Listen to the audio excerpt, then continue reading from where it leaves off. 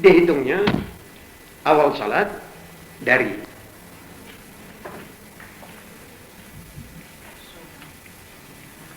maghrib dan isya, artinya permulaan malam. Maghrib, isya. Yang ketiga subuh. Salat siang, dua-dua 4 rakaat, yakni zuhur dan asar. Akhirnya hampir bersamaan seluruh aliran penafsir memberi tempat kepada dua salat ini dengan nama salatul wusta. Hafizu 'ala salawat was salatil wusta. Pelihara salatmu semua, teristimewa salat subuh dan asar. Saudara-saudara yang terhormat, sedikit teori bahwa pemeliharaan subuh sangat diperlukan. Mengawalkan subuh pada waktu permulaan, lakukanlah salat subuh di awal waktu.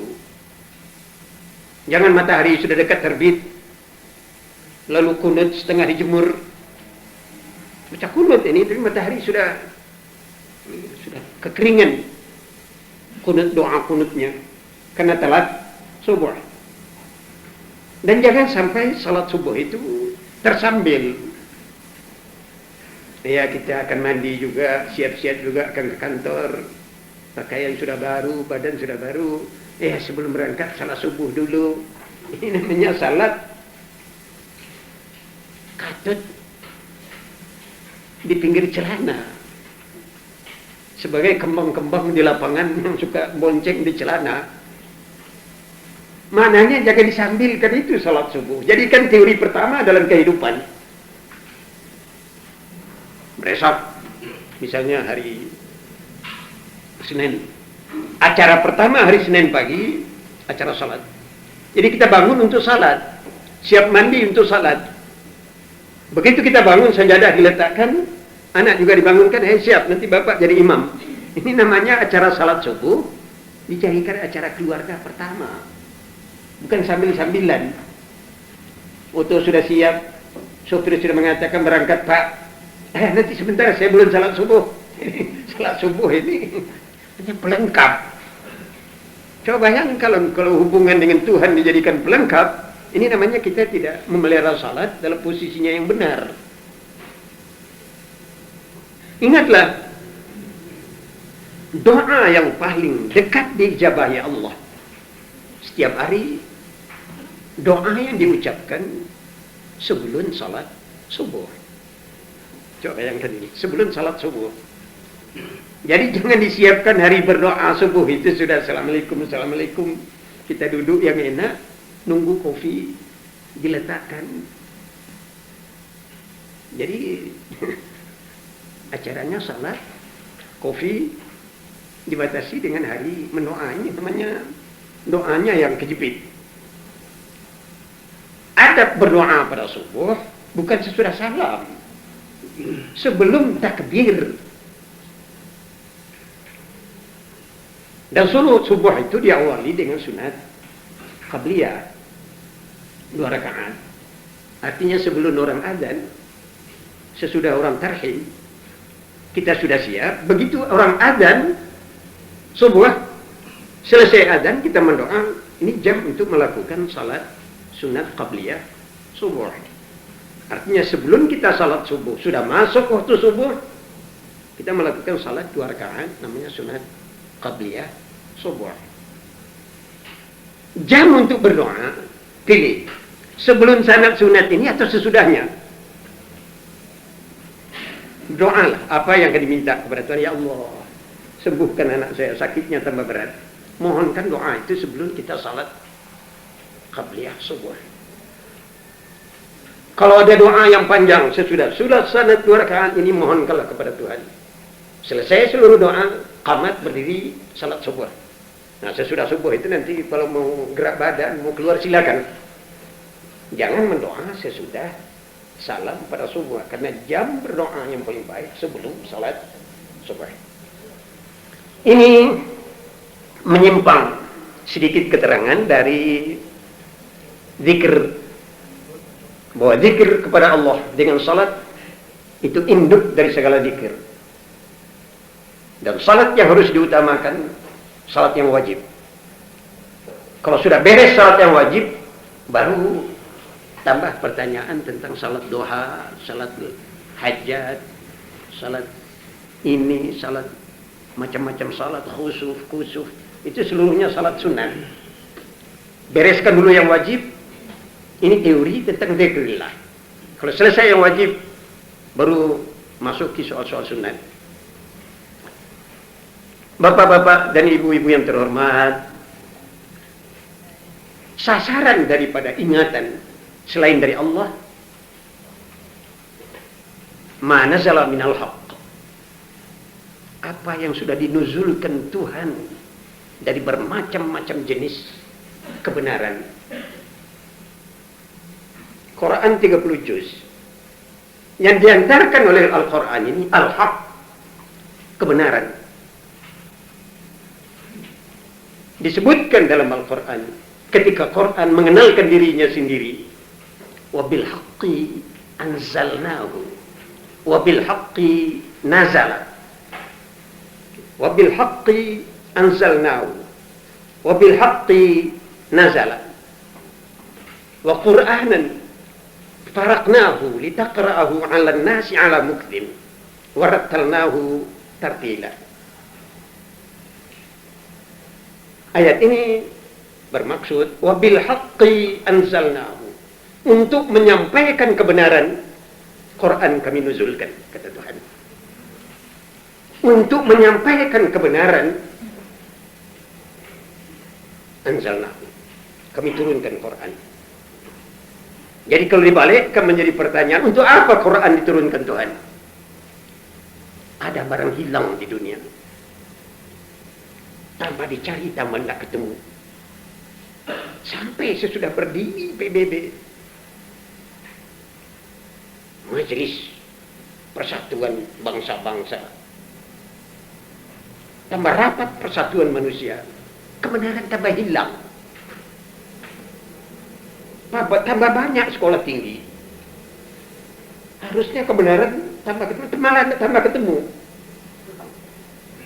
Tambah ramai perwakilan rakyat yang tidak ketemu. Di balik rundingan-rundingan itu yang benar. Tambah banyak masjid-masjid menjulang ke langit, gubah dan menaranya. Tambah ramai masjid, kebenaran tambah hilang. Tambah mengumandang suara lonceng di gereja. Gereja sambung bersambung bernyanyi dengan loncengnya. Ditenggelamkan oleh loncengnya gereja. Kebenaran tambah tidak nampak di dunia. Rumah-rumah abu tambah banyak, kelenteng-kelenteng tambah banyak. Namanya rumah pemujaan. Tambah ramai rumah pemujaan, manusia tambah tidak ketemu dengan yang benar. Ini maknanya ada satu barang hilang yang sangat diperlukan oleh manusia dalam hidup, yang benar. Yang benar, apa artinya hidup ini kalau yang benar tidak ada? Sama dengan sop, tidak pakai garam rasanya hidup ini. Biar kita kaya, biar kita senang, biar kita sudah sampai di puncak langit ketinggian. Tapi kalau seluruhnya di kiri kanan kita tidak benar, apa nilainya hidup ini? Baru kita tahu barang hilang yang dirindukan manusia ini, kebenaran, kebenaran, kebenaran. Dan tidak sedikit dari antara isi dunia yang sudah bosan. Bicarakan yang benar, dicari. Dan dicari tidak ketemu. Rupanya tidak ada ini kebenaran ini.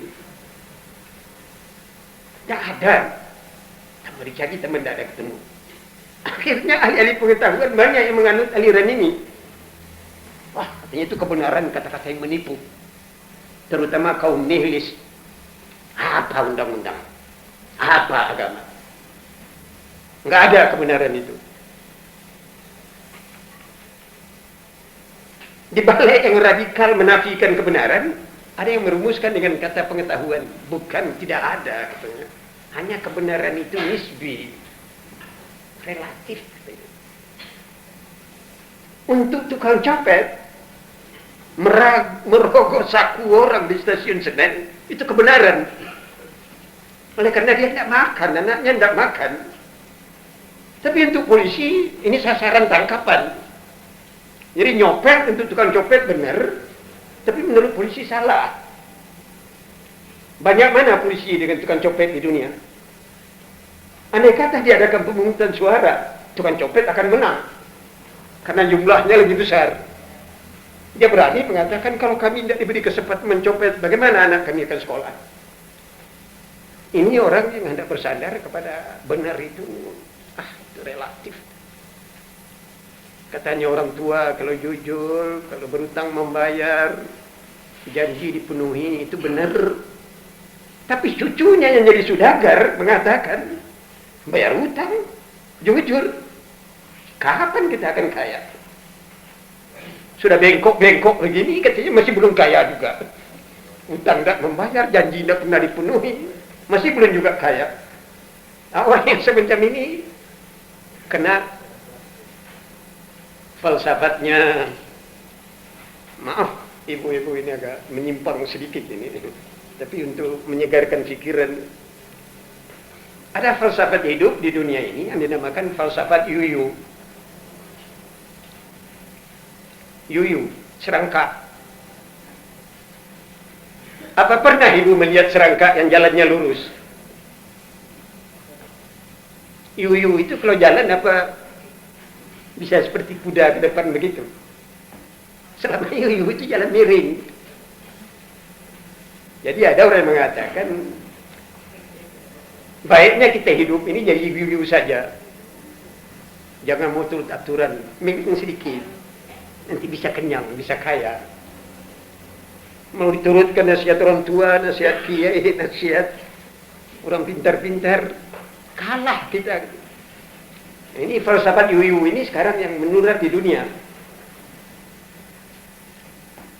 Jangan hidup lurus, tapi lebih baik hidup miring. Ini akhirnya mereka mengelak dari yang benar atau menelatkan kebenaran. Saya mau turut yang benar itu kalau nanti saya sudah pensiun. Saya tidak perlu lagi ribut-ribut cari duit. Zaman pensiun nanti saya akan bangun subuh, saya akan lurus. Coba. Iya kalau diberi Tuhan kesempatan sampai pensiun. Kalau umur 45 berangkat. Mau apa? Belum sampai pensiun sudah mati. Kesempatan hidup baik itu belum ada. Saudara-saudara, Al-Quran, surat Al-Hadid menjelaskan selain dari kamu wajib mengingati Allah, ada barang yang sudah dinuzulkan Quran, kebenaran. Kamu harus ingat, ma nazal minal haq. Kebenaran yang terletak dalam Quran yang 30 juz. Jangan kamu lupakan, kamu simbahkan satu demi satu dan jadikan jadi sasaran pikiran. Membina keadilan itu benar. Menolong orang kesusahan itu benar. Lahat al-haq. Lahat itu benar. Kamu harus ingat kepada lahat. Rumahmu yang terakhir bukan yang kamu pakai sekarang. Lahat untukmu. Kamu akan tidur di sana. As-su'al haq. Dikubur kamu akan ditanya oleh Munkar wa Nakir, itu hak, barang benar. As-sirat hak, titian siratal mustaqim di akhirat, itu barang benar. Jalanmu hanya satu di antara dua, neraka atau surga, itu al-haq, kamu jangan lupakan. Kalau dirimu tidak pantas untuk masuk ke surga, jelas kamu orang neraka. Cobalah cermini dirimu sekarang. Dengan salat baru begini, puasa baru begini. Apa sudah mungkin kamu masuk surga? Apa dengan ibaratmu seperti ini kamu sudah bisa membeli karcis ke surga? Andai kata masih meragukan, yakinkanlah kalau kamu masih ragu untuk bisa ke surga, terang kamu akan jadi orang neraka. Karena tempat antara neraka dan surga yang ketiga tidak ada. Kalau karcis kita untuk ke surga tidak ada, terang kita akan ke neraka. Dan neraka itu paling tidak enak. Tangan kita kepegang kompor 3 hari, panasnya terasa. Keliru memegang api rokok, mendemam ke kepala. Kira-kira voltasenya neraka lebih tinggi dari rokok, dan akan lebih tinggi dari kompor yang panas. Ini disuruh oleh Tuhan, ma nazala minal haq. Ini kebenaran yang sudah diterangkan dalam Al-Quran. Kenapa kok kamu lupa? Kamu tidak saja diwajibkan mengingati Allah, tapi mengingati seluruh kebenaran yang telah dinuzulkan dari Al-Quran. Itu ibadah dan bagimu wajib.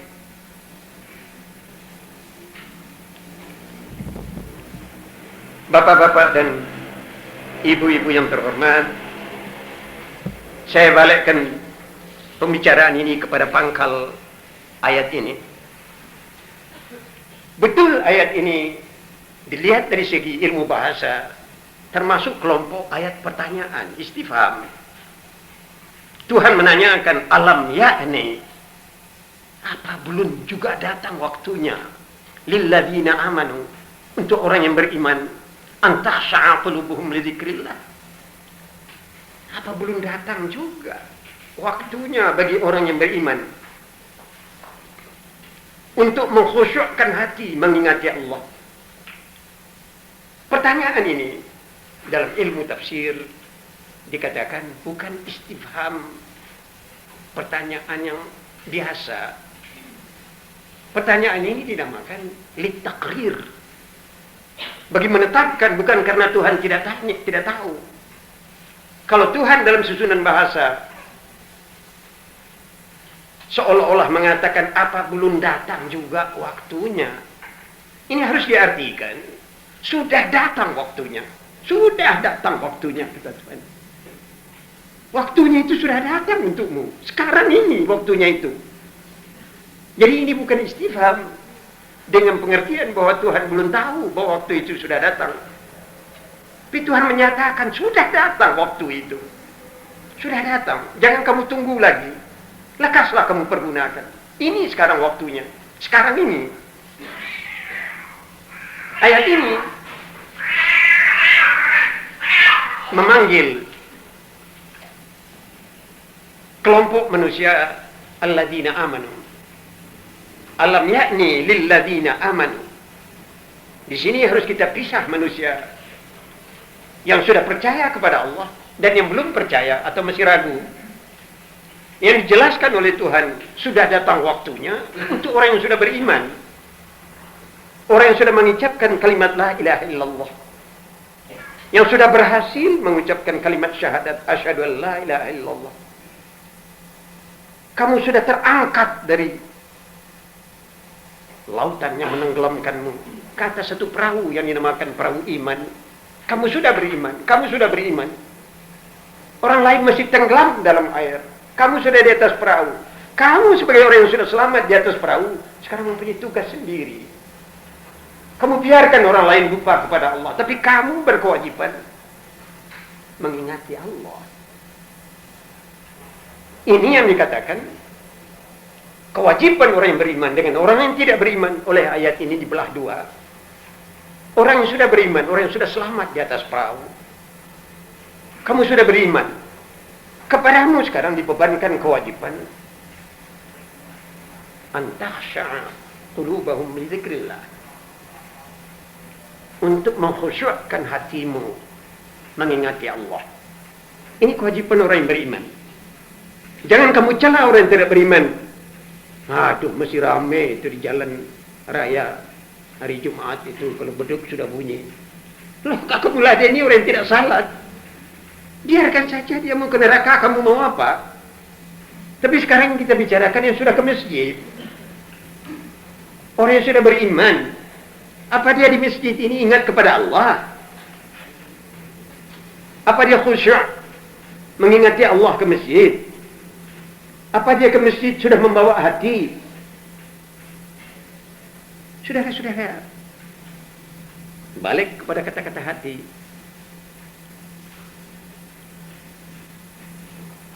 Apa betul manusia ini punya hati? Kalau dibicarakan di kalangan anak muda-muda, aduh, remuk hatiku. Nah, yang remuk yang mana? Anak muda yang lagi cerdas sedikit, aduh, tersentuh hatiku. Lah yang mananya yang tersentuh? Ketemu dengan orang enggak, sekedar aku mengatakan tersentuh hati. Ada lagi yang mengatakan patah hatiku. Apa hatimu itu kayak potelot, patah. Ini menunjukkan sebenarnya manusia terlalu gampang mengucapkan kata-kata yang sebenarnya dia tidak paham. Apalagi kalau dia gandengkan hati itu dengan jantung. Dia awalnya dengan jantung dulu, itu pakai si dia depannya, si jantung hati. Apa? Kok lain lagi sasarannya? Si jantung hati.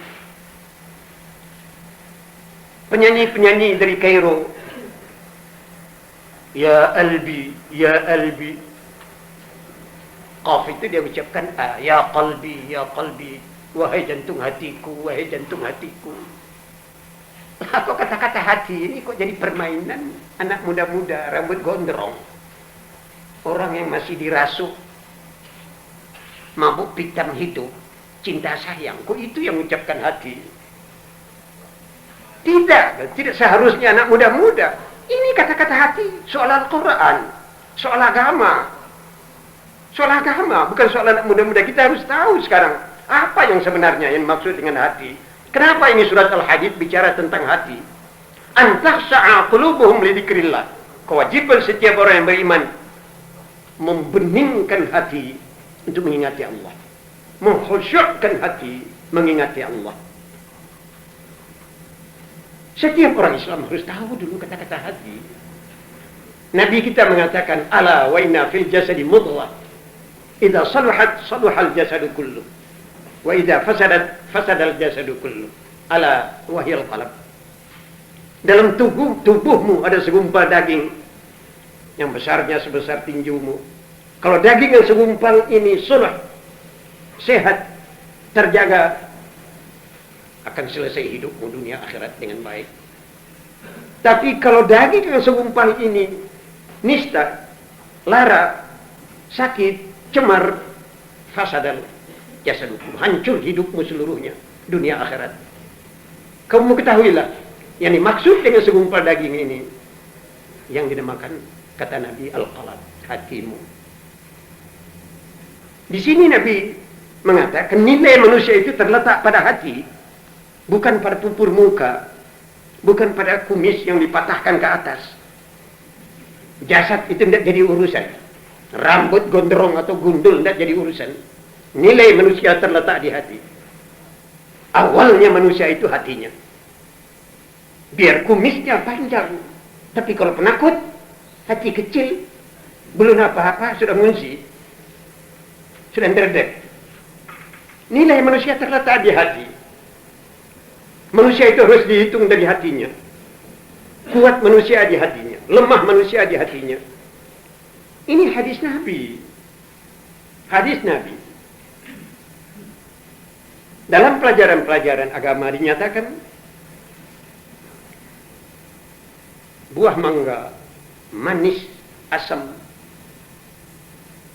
menjadi bentuknya yang asli. Nilai manusia juga aslinya itu terletak pada hatinya. Kalau hatinya bening, hatinya bersih, biar badannya nampak berabu, kamu akan merasa tamakninah berteman dengan dia. Tapi biar rambutnya licin, dasinya panjang, pupuran lagi. Tapi kalau hidupnya penuh pura-pura, janji tidak dipenuhi, kata terlalu banyak lelamisan, berdekatan dengan orang itu, kamu akan mengalami keruwetan dan kepayahan. Ini nilai-nilai hati dalam kehidupan. Dari itu di dalam agama, pembinaan manusia dimulai dari hati. Pembinaan manusia dimulai dari hati. Inilah rahasianya. Kenapa anaknya Nabi Allah Syuaib mengatakan kepada bapaknya, Wahai Bapak, inna khaira man istajarta bihi al-qawi al-amin. Sebaik-baiknya orang gajian itu, wahai Bapak, orang yang kuat dan boleh dipercaya. Kuat imannya, kuat mentalnya, kuat keyakinannya, al-amin, dan boleh dipercaya.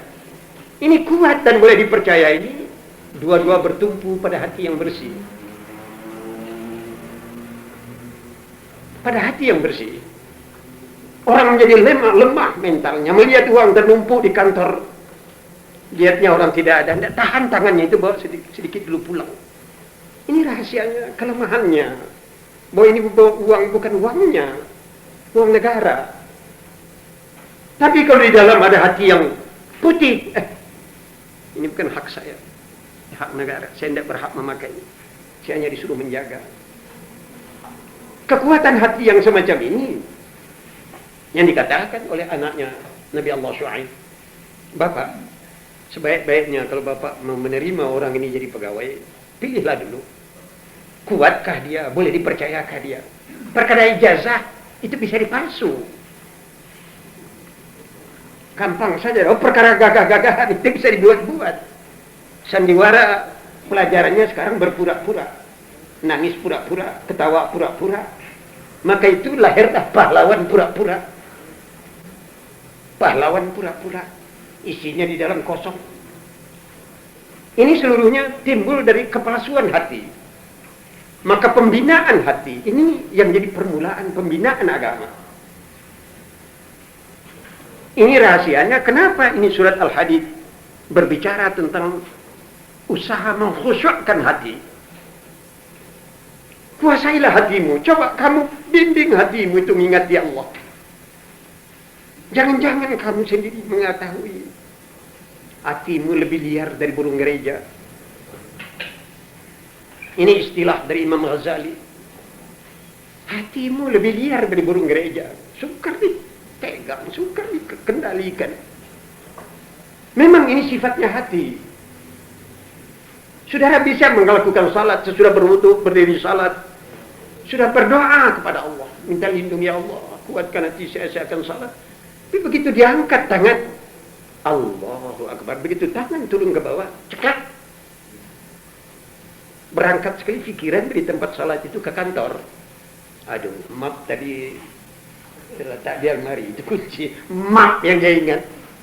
Ini kalau di orang kantor, aduh, ini omongan Pak Kepala tadi juga agak nyindir-nyindir. Baru teringat sindirannya itu ketika dia sudah membaca Bismillahirrahmanirrahim, Alhamdulillahirrahmanirrahim, Ar-Rahmanirrahim. Di situ dia tertegun.